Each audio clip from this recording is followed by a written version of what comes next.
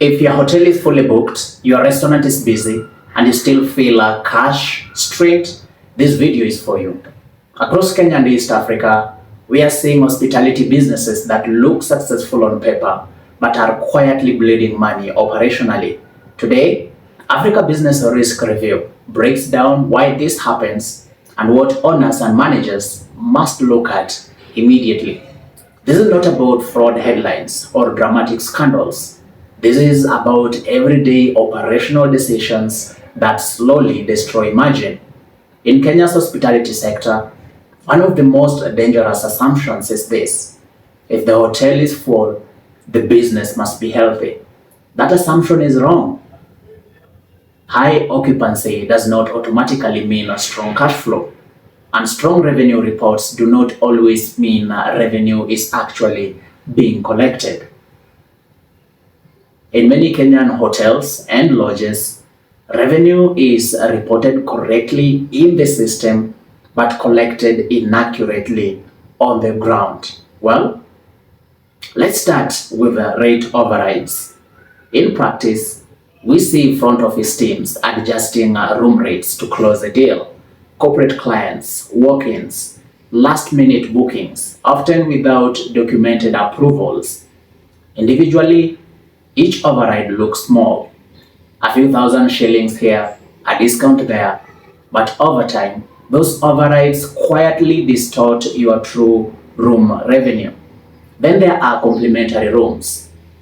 Complimentary rooms are normal in Kenya's hospitality market. Government officials, tour operators, relationship management. The risk begins when complimentary rooms are not tracked against clear monthly budgets, approved centrally, and reviewed independently. What starts as goodwill becomes an unmonitored discounting channel.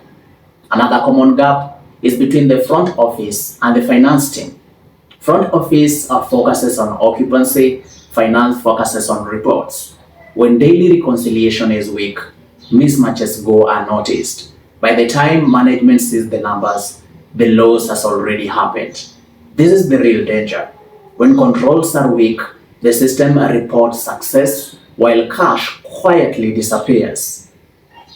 Well, let's make this practical. Imagine a 40-room hotel here in Nairobi, or even in Naivasha, or even the coast.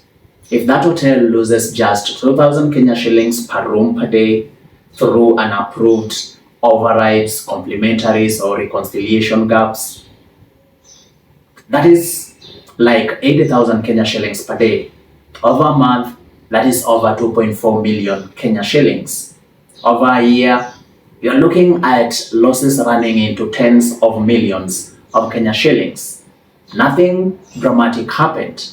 No theft headline, no obvious fraud, just everyday operational decisions that were never properly controlled. When most people hear the word loss, they think of theft. In Kenya's hospitality sector, this is rarely how losses actually happen. Most losses do not look like theft. They look like normal operations. At the front desk, overrides happen every day. A walk-in guest arrives late at night. A corporate client asks for a special rate. A tour driver pushes for a quick adjustment. The system allows the override. The guest checks in. The room is occupied. No alarm goes off. But when overrides are not documented, or even approved, or even reviewed, management loses visibility over true room pricing. In food and beverage, the risks are even more normalized. Well, a waiter voids a bill because the guest changed their mind. A supervisor adjusts an order because the kitchen delayed. A discount is applied to keep the customer happy. Each action is justified in the moment. None of them look suspicious. But when POS adjustments are not independently reviewed, small losses accumulate silently. Many Kenyan hospitality businesses still rely on manual interventions. Manual room charges, handwritten bar adjustments, offline POS entries during system downtime. These interventions are often necessary, but they become dangerous when they leave no audit trail. Once the shift ends, there is no clear accountability. So, why do owners and general managers discover these problems too late? Well, because the business looks busy, rooms are full, restaurants are active, staff are working, losses are spread across hundreds of small transactions. There is no single red flag. By the time cash flow tightens, the damage has already been done. And this is why even external auditors often miss out on these issues. Auditors, first of all, review reports, they sample transactions, they rely on system outputs. They do not sit at the front desk at midnight. They do not observe the POS during a busy weekend service. Operational leakage lives in real time, decisions not in year-end files. This is why revenue leakage in hospitality is silent. It is operational, it is routine, and it is rarely challenged. Payroll is often trusted too much and reviewed too little. In Kenya's hospitality sector, payroll risk does not look the same everywhere. It shows up differently at the coastal hotels and in the safari lodges. At the coastal hotels, payroll risk is driven by volume. During peak seasons, December holidays, Easters, and long weekends, coastal hotels expand rapidly. Casual staffs are hired quickly. Waitresses, waiters, housekeeping, kitchen support, beach operations. Attendance is often tracked manually or informally. Supervisors sign off under pressure. Payroll follows what is submitted. This is where inflation begins. Casuals appearing on payroll longer than they worked. Overtime approved in bulk without verification. Staff rotated across departments without clear tracking. Each case looks minor. Together, they quietly push labor cost beyond budget. In safari lodges, the risk is different. Operations are remote. Management oversight is often centralized far away. It could be here in Nairobi or even overseas. Payroll approvals rely heavily on lodge-based managers. Attendance records may be paper-based. Connectivity issues limit real-time verification. When trust replaces controls, risk increases. Staff remaining on payroll after contracts end. Allowances and overtime approved without independent review. Casual staff converting into permanent cost without formal approval. Peak seasons amplify payroll risk in both environments, like the coastal hotels and safari lodges. Urgency replaces processes, controls are relaxed to keep operations running. Temporary decisions become permanent costs. Well, once peak season ends, inflated payroll remains. Let's make this practical. An extra 3,000 Kenya shillings per staff member per month across 30 casual staff. That is 90,000 Kenya shillings every month. Over a 1-year period, that becomes over 1 million Kenya shillings without any single dramatic incident. No fraud headline, just trusted payroll that was never challenged. Payroll risk in hospitality is not about bad people. It is about fast operations running on weak controls.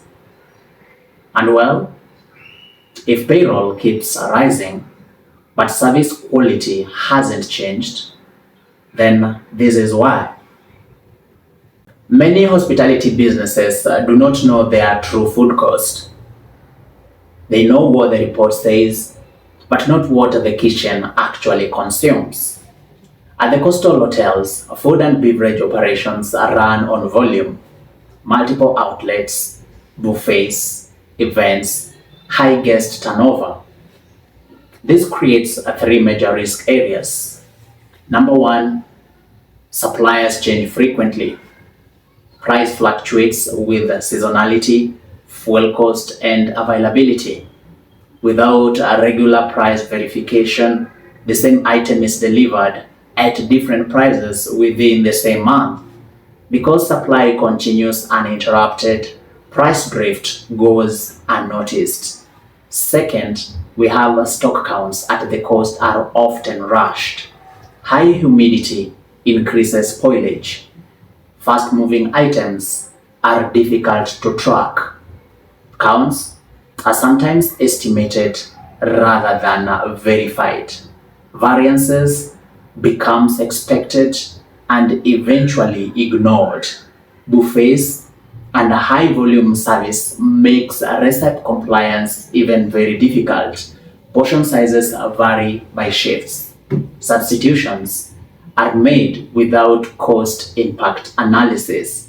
The menu looks the same, the cost is not. In safari lodges, the risk comes from isolation. Supplies travel long distances. Deliveries are infrequent. Emergency purchases are common. Because alternatives are limited, suppliers set the price. Urgent deliveries attract premiums that are rarely reviewed later. Over time, emergency pricing becomes the new normal. Inventory is often controlled by a small team. Counts are very manual. Storage conditions vary. Losses are attributed to wildlife interferences, spoilage, or even transport damage, often without verification. Menus are simple, but execution varies. Chefs adapt based on availability rather than cost control. Substitutions are not costed. Portion control relies heavily on individual discipline. Theoretical food cost is what a dish should cost based on recipes and prices. Actual food cost is what the kitchen actually uses. In many Kenyan hospitality businesses, the gap between the two is never reconciled. Variances becomes normal because it is explained away. At the cost, it is the buffet, it is the humidity, it is high season. At lodges, the story is different. It is transport, it is wildlife, and it is supply delays. Over time, explanations replace controls. And when food cost is not actively managed, margins disappear quietly. If food sales are strong, but margins keep shrinking, this is where to look. For a long time, data protection in hospitality was treated as an IT issue. That era is over. Today, data protection is a board-level business risk. Every hotel and lodge in Kenya handles sensitive guest information every day. Identification documents, passport copies, payment details, CCTV footage. Most of this data passes through multiple hands, often without clear controls. In city and coastal hotels, the risk comes from volume. Hundreds of guests check in and out. Front desk teams scanning IDs, emails and WhatsApp used for confirmations. Guest data is often stored on a shared computer, forwarded via personal email, and printed and left at reception. This creates multiple points of exposure. In safari lodges, the risk is different. Connectivity is limited. Systems are often semi-manual. Documents are normally stored physically. CCTV footage, guest registers, and passport copies may be accessed by staff without defined permission. Once data leaves the lodge, control is effectively lost. Kenya's Data Protection Act is no longer theoretical. The Office of the Data Protection Commissioner is active. Complaints now trigger investigations, not warnings. Hospitality businesses are increasingly visible because of the volume of personal data they handle. Legal exposure does not require a cyber attack. It can come from unauthorized sharing of guest information, lost identification document copies, improper CCTV access, and inadequate consent. Penalties include fines, enforcement notices, and mandatory corrective actions. But the bigger risk is reputational. A single guest complaint, especially from international travelers, can escalate quickly. Tour operators, embassies, and corporate client notice. Trust, once lost, is difficult to rebuild. Data protection in hospitality is no longer optional, informal, or delegated. It is a governance responsibility. If you handle guest data, you already carry data protection risk, whether you acknowledge it or not. When Africa Business Risk Review is invited to look at a hospitality business, we do not start everywhere. We start where risk reveals itself fastest. First, we look at revenue reconciliation. We compare what the front office reports, what the POS records, and what finance recognizes. Any gaps here tell us immediately whether revenue is leaking or simply not being collected. Second, we examine payroll, and not just the totals, but how casual staffs, overtime, and approvals are controlled. This is where trust often replaces verification. Third, we assess procurement and inventory, supplier pricing, stock movement, food cost controls, and variance. This shows us how disciplined the operation really is behind the scenes. Fourth, we review data protection, how guest data is collected, stored, accessed, and protected. This is no longer a compliance exercise. It is a reputational and a legal risk. Finally, we assess overall internal control maturity. Are roles clearly separated? Are approvals documented? Are exceptions reviewed? These 5 areas reveal most operational risk quickly. If you operate a hotel, a lodge, or a restaurant, and some of these sounds familiar, you're not alone. These are not unusual problems. They are common across Kenya and the wider region. Africa Business Risk Review publishes detailed hospitality risk briefs inside our Telegram channel. That is where we go deeper into these issues and explain what to fix fast, practically, and realistically. You can join the ABRR Telegram channel using the link below. And if you want a structured, independent review of your business, our hospitality, revenue, and risk diagnostic is available on request. Thank you for watching.